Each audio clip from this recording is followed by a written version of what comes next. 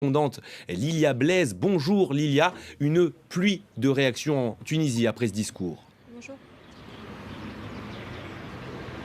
Alors oui, rien que le poste de la présidence a été commenté plus de 7000 fois et partagé 5000 fois.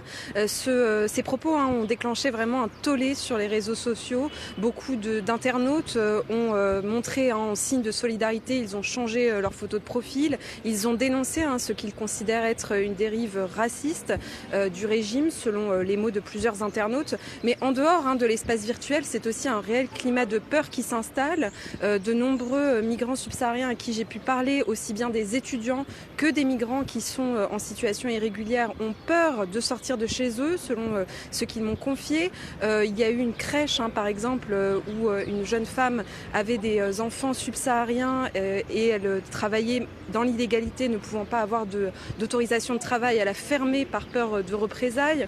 Des étudiants ont envoyé des mails à leurs universités pour demander s'ils pouvaient sortir en toute sécurité.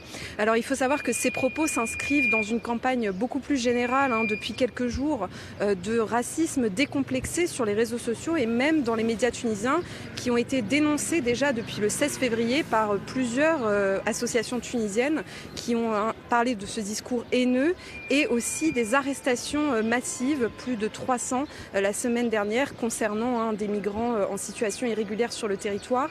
Ce n'est pas la première fois qu'il y a ce genre d'arrestation. Il y en avait eu en février 2022 qui visaient aussi bien des étudiants en règle que des migrants subsahariens irréguliers. Alors officiellement, les autorités n'ont jamais justifié la raison de ces arrestations, mais certaines associations parlaient d'une tentative de recensement. Beaucoup d'associations avaient également dénoncé cette pratique, étant donné qu'elle instaurait un climat de peur auprès de la communauté. Aujourd'hui, c'est une grosse partie des ONG tunisiennes, mais aussi d'étudiants subsahariens qui montent au créneau pour demander à ce que les autorités optent pour un discours rassurant. Il ne faut pas oublier non plus que la Tunisie a voté en 2018 une loi qui punit les actes de racisme et les déclarations racistes. Lilia Blaise en direct de Tunis pour France 24. Merci.